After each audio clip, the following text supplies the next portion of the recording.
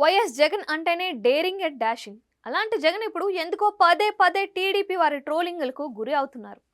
ప్రతిపక్ష హోదా లేకపోయినా హోదా కావాలి అంటూ జగన్ హైకోర్టులో పిటిషన్ వేశారని, ఇప్పుడు సీఎం కాకపోయినా సీఎం స్థాయి సెక్యూరిటీ కావాలని మరో పిటిషన్ వేశారని, ఇంతకీ జగన్కి ఏమైంది అంటూ టీడీపీ ట్వీట్ చేసింది. అది కాస్త వైరల్ అయింది. నిజానికి ఈ రెండు విషయాల్లోనూ జగన్ కోర్టు తలుపులు తట్టడం వెనుక ఆయన వ్యూహాలు ఏమైనా ఉన్నాయా అని వైసీపీలోనూ చర్చ సాగుతోంది. కేడర్లోనూ ఒకంత నైరాశ్యం కలుగుతోంది. జగన్ అన్న వ్యక్తి ఒకే ఒక్కరు. ఆయన ఇంతటి పార్టీని నిర్మించి అధికారంలోకి తెచ్చారు. అలాంటి జగన్ మళ్ళీ ఒక్కడిగా వెళ్ళి ప్రజల మద్దతు సాధించలేరా అన్న ప్రశ్నలు వస్తున్నాయి. జగన్ ఈసారి ఎన్నికల్లో ఓటమికి ప్రధాన కారణం ప్రజలతోనూ పార్టీతోనూ కనెక్షన్ కట్ అవడమే.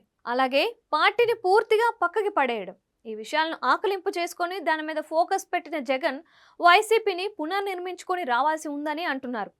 జగన్ అలా చేయకుండా ప్రతిపక్ష హోదా మీద న్యాయ పోరాటం చేయడం పట్ల పార్టీ లోపల బయట చర్చ సాగుతోంది. కోర్టులో ఏ విధంగా తీర్పు వచ్చినా కూడా జగన్ కు హోదా ఇవ్వాల్సిందే అయితే స్పీకర్ అని ఆయన విచక్షణాధికారుల మేరకే అది లభిస్తుందని జగన్ కి తెలియదా అని గుర్తు చేస్తున్నారు.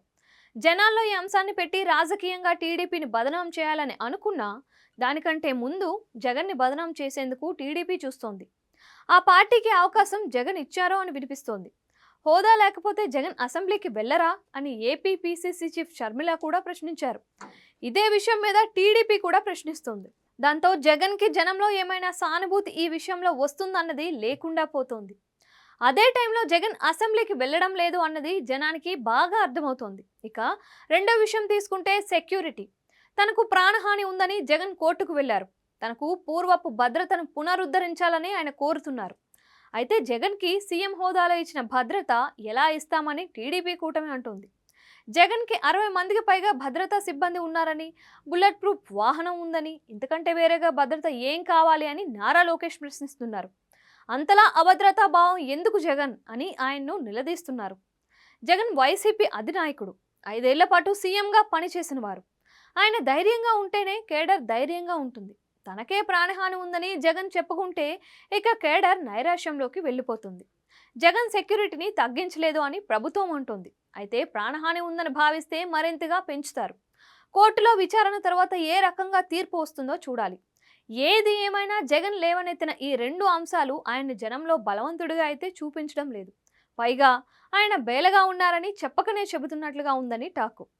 జగన్ ప్రజా సమస్యల మీద కోర్టుకు వెళ్లడం లేదని, తన సొంతం గురించే వెళ్తున్నారని హోంశాఖ మంత్రి వంగలపూడి అనిత చేస్తున్న విమర్శలు వైసీపీని ఆలోచింపజేస్తున్నాయి. జగన్ వీటి మీద దృష్టి పెట్టకుండా వైసీపీని ఎలా పటిష్టం చేసుకోవాలి అన్నదాని మీదనే ఫోకస్ పెడితే బాగుంటుంది అని కూడా సూచనలు వస్తున్నాయి. అలాగే ఆయన అసెంబ్లీకి వెళ్లి ప్రజా సమస్యల మీద ప్రభుత్వాన్ని నిలదీస్తే ఆ వచ్చే మైలేజ్ వేరే విధంగా ఉంటుందని కూడా అంటున్నారు.